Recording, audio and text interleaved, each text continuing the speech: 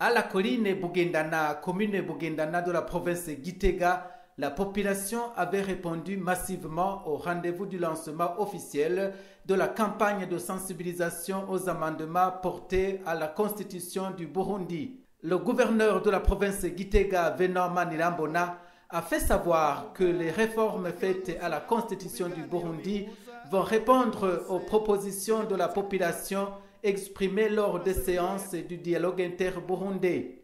Le chef de l'État, Pierre Nkurunziza, dans son discours de circonstance, a proclamé le lancement officiel de la campagne d'expliquer certains articles de la Constitution du Burundi qui ont été amendés. Il a donc invité le ministère de l'Intérieur et de la Formation patriotique à établir le calendrier programmant les séances de sensibilisation dans tout le pays. Pierre Nkurunziza a aussi exhorté les autorités administratives locales de jouer un rôle important dans cette campagne de sensibilisation et les médias à leur tour à suivre l'éthique et la déontologie du journalisme. Le président de la République du Burundi a mis en garde quiconque tenterait d'être obstacle à ce projet.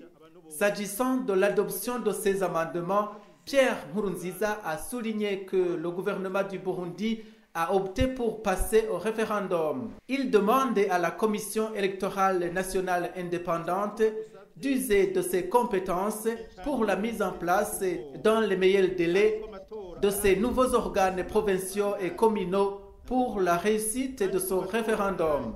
À ces cérémonies étaient présentes différentes hautes autorités du pays, y compris le président de l'Assemblée nationale et celui du Sénat, les membres du gouvernement, les leaders des différents partis politiques, 15 ambassadeurs accrédités au Burundi, entre autres celui des États-Unis d'Amérique, celui de la Chine, de la Russie, de la Belgique, de la France et bien d'autres, sans oublier les organisations de la société civile.